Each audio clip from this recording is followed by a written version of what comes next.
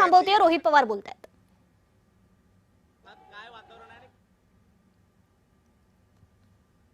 नाही, नाहीतर जल्लोषाचं आहे असं नाही, अख्ख्या देशामध्ये आहे. युवा एकत्र आल्यानंतर काय होतं हे आपण सर्वांनी काल बघितलेलं आहे.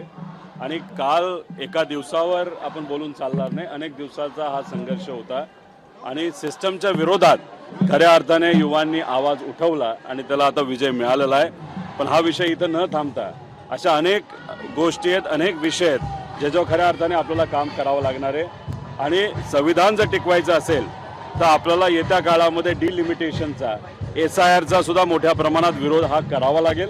आणि सिस्टमच्या विरोधात लढत असताना इतर महत्त्वाचे विषय जे आहेत त्याच्यावर सुद्धा लक्ष द्यावं लागेल. भाजपच्या नेत्यांकडनं म्हटलं जात होतं की आमच्या सरकारमध्ये राजीनामे होत नसतात.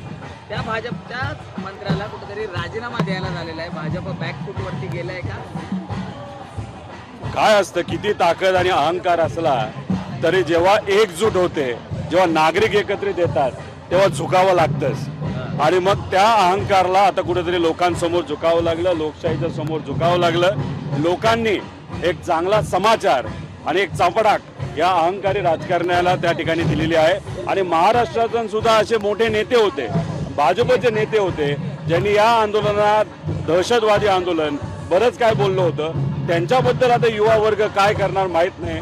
मला एवढीच युवांना विनंती करायची आहे, सभ्य भाषेत त्यांचा सुद्धा समाचार कुठेतरी घेतला गेला पाहिजे. या संपूर्ण आंदोलनादरम्यान जवळपास 13 ते 14 गुन्हे दाखल आहेत 1200 मुलांवरती आणि 400 ते 500 मुलांना नोटिसा देखील पाठवण्यात आलेल्या आहेत. आपली मागणी राहणार का या आंदोलनासंदर्भात? पुढच्या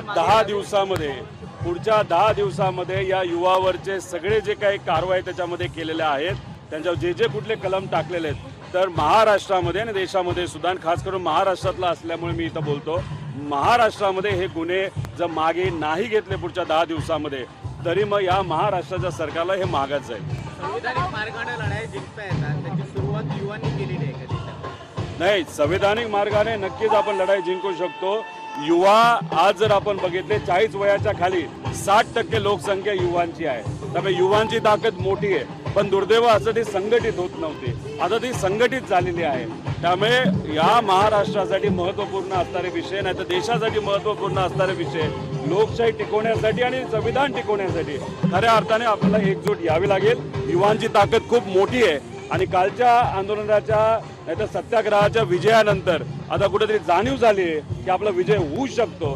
त्यामुळे ह्या सर्व युवांनी याच्या पुढे ही लढाई अशीच चांगल्या दृष्टिकोनातून त्या ठिकाणी सुरू ठेवली पाहिजे.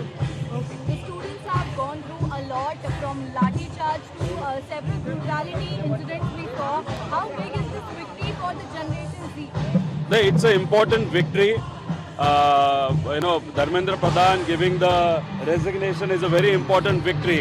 But what more important is people or the yuva from rural area as well as city area have come together. So they have gone beyond caste and religion. They have come together as Indians. That is more important.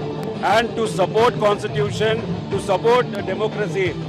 Yesterday's win was very important, and henceforth government will also know if they behave irresponsibly, if they kind of try to hurt the constitution, then the youth of India won't allow.